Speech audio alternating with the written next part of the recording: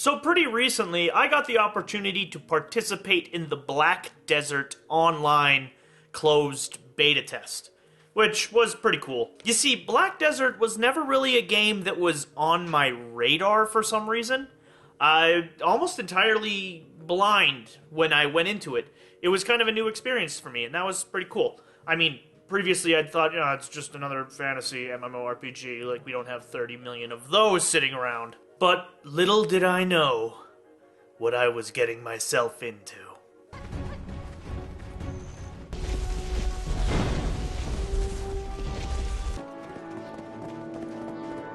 Black Desert is not your usual Saturday morning MMORPG. It's the kind of game that consumes entire lives. The kind of MMORPG that grabs you by the throat and drags you into a world you find yourself having trouble escaping from. It does this because it's incredibly emergent.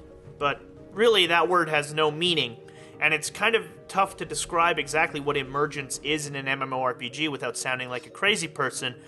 So I think the best way to describe this game is to tell my story about trying to craft a bed. A process that took me 5 whole days, involved slaughter, exploration, exploitation, and a little bit of conspiracy murder and sabotage. My adventure began when I rolled up my beta character. I decided to focus on one, a crotchety, old-looking Gandalf-type wizard, adept at throwing fireballs and not giving really a fuck about the local wildlife. And now my wizard shall set... that UI is not okay. There's just kind of stuff out of place, and it's not okay. Let's fix that up a little first. Alright, after fixing all of that ridiculousness, now he set foot out into the world at the behest of this adorable little black puffball. Oh, you are just an adorable little thing. Okay, you seem really intent on me committing a lot of murders. You okay, Puffball, buddy? You seem kind of, violent. Whoa, where did you get all those teeth? After talking to some locals, I began my adventures into Black Desert and was immediately struck by how gorgeous the world looks.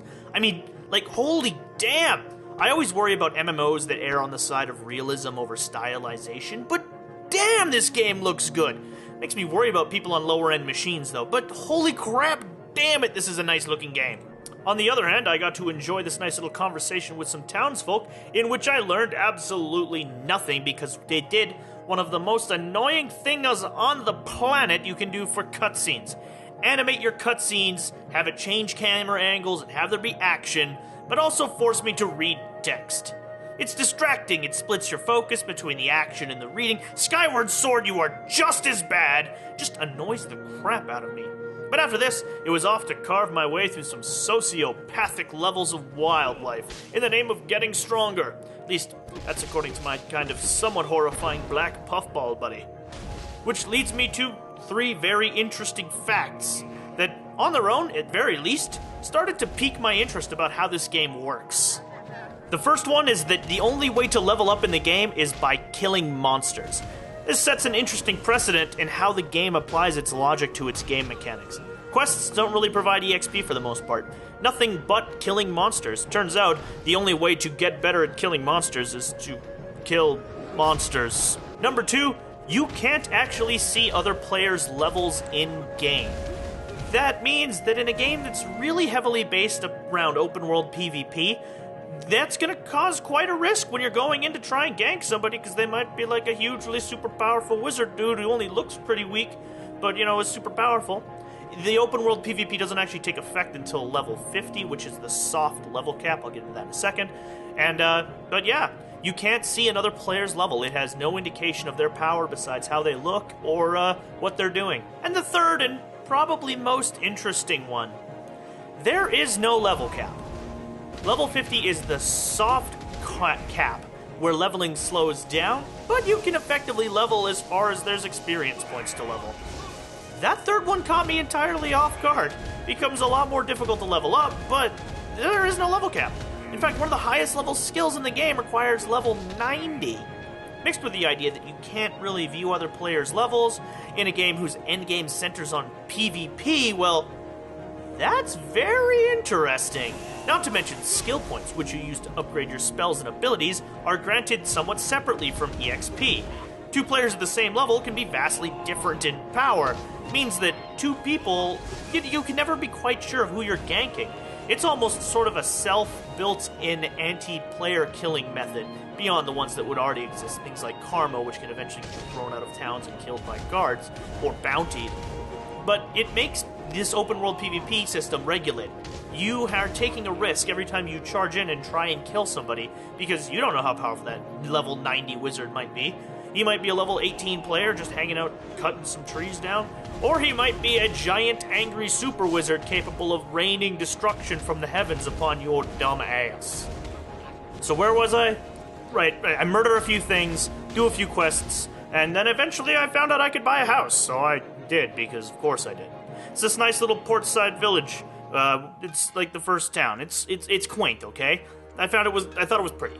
It's a nice town. I then immediately make my way into my house expecting to find something nice and... it's actually pretty empty. No parties happening here anytime soon. So my first inclination was to gussy up my house something pretty. I needed some furniture. I needed a bed. So I grabbed an axe and headed out into the wide forests, leaving to do battle with the mighty oaks, to obtain their sweet wood organs and fuel my carpentry-mancy. And by the end of a few hours, I was out of energy, the essential resource for crafting, and had probably like a quarter of the stuff I needed to make my bed. Dejected and defeated, I returned to town. This is about when I started to read up on crafting, something I hadn't really done yet.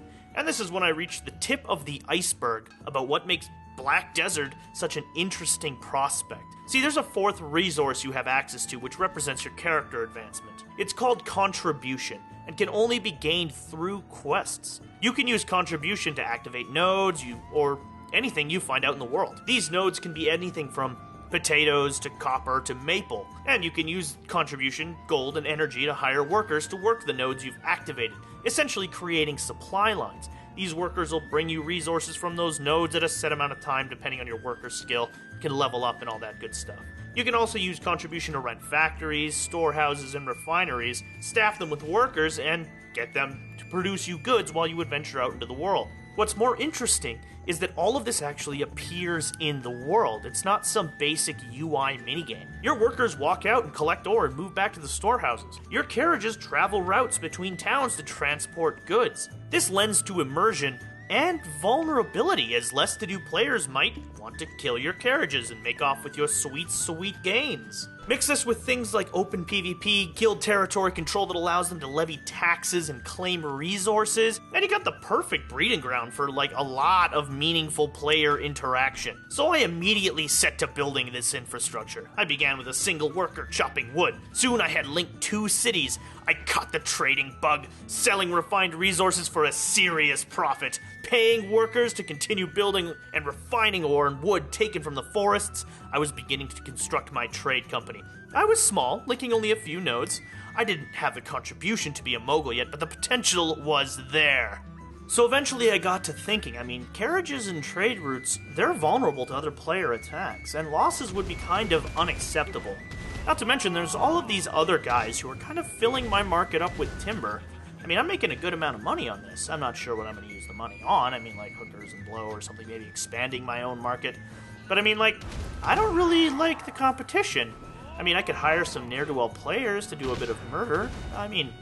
Kill their carriages and cut off their supply. Somebody could probably do the same to me. I should probably get my hands on some mercenaries.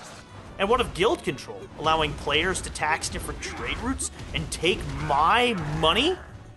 Do I join a guild to avoid this tax? Do I try and claim some area myself with a guild so that I can start taxing others? Do I risk going to war with some other traders in the name of profit? It's right about this point in my questioning, in my gameplay, in my experience that the beta ended. I never got a chance to craft my bed. Yet I was ready to turn on my fellow traders and start cutting some throats to ensure that I was wealthy and powerful. Yes, that is the allure of Black Desert. It's not so much about the game, actually, as much as it's about the player interactions that can come of the systems of this game. And this is just one aspect of that. This is just my experience over about 5 days. Considering things like open world PvP, keep sieges, guild wars for territory, there's a lot of draw into Black Desert Online. The things that make it so addictive the promise that makes it one hell of an experience, a beautiful world, fun combat, interesting story, all pale in comparison to player interaction. Something that a lot of MMORPGs have really forgotten over the years. I just wanted to rule the maple market in one region, and I was willing to kill anyone not interested in stepping aside.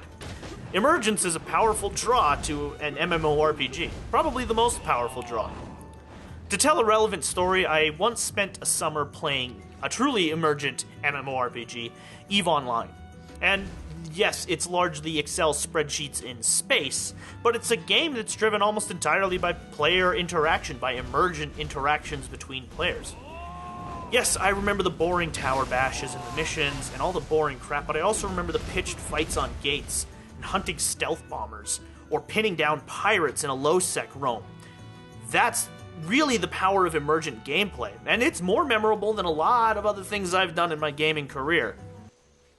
That draw was powerful enough that I did not play a single other game that whole summer. It was powerful enough to keep me away from anything else, and I will never forget the fun I had in nullsec and EVE Online. It was incredible. That's what Black Desert is shaping up to be. It's starting to look like a successor to that kind of gameplay, that emergent player-on-player interactive gameplay that so many MMOs have been forgetting about in the last couple of years. Perhaps in a world where MMORPGs are relying more and more on single-player style mechanics, where guilds and groups are slowly giving way to queues and matchmaking, Black Desert can show us that the most important part of any MMORPG is that second M.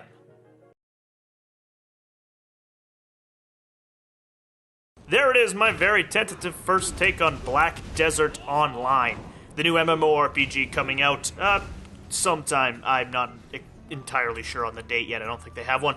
But either way, thank you very much for watching. I hope that you enjoyed this video. If you did, please like and subscribe. It really supports the channel quite a bit. And if you have anything to say, please toss a comment down. I'm always happy to help and talk to you guys because you're fantastic. But that's all for me today. Thank you very much again for watching, and you all have a great one.